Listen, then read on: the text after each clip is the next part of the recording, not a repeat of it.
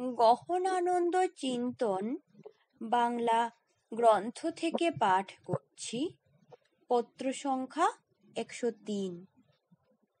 কল্যাণীয় কল্যাণীয়া। তোমার 23শে ফেব্রুয়ারি 2003-এর চিঠি 26শে ফেব্রুয়ারি পেয়েছি। আমি এটা জেনে খুব আনন্দিত যে তুমি ইষ্টদেবতার নাম নিরন্তর জপ করতে পারছো।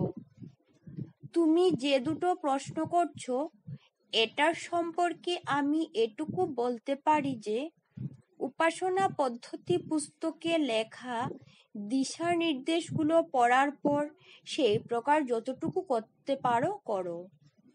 এটা খুবই সম্ভব যখন তুমি ওই সমস্ত যেমন যেমন দেখবে তেমন তেমন তুমি নিজের ইষ্টদেবতার দিকে ক্রমাগত অগ্রসর হবে।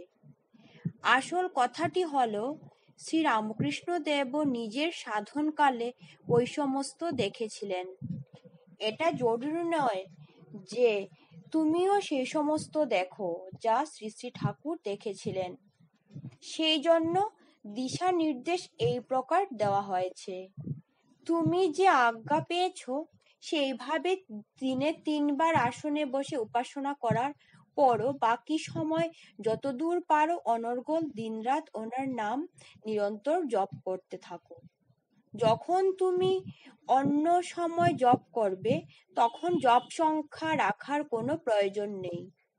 শুধু মন্ত্রের শব্দগুলোর উপর মনোসংযোগ করতে হবে।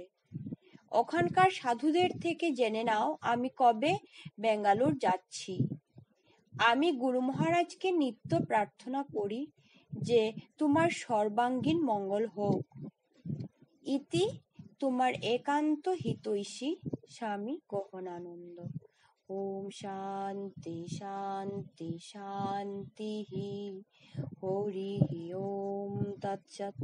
শ্রীরামকৃষ্ণার্পণমস্তু।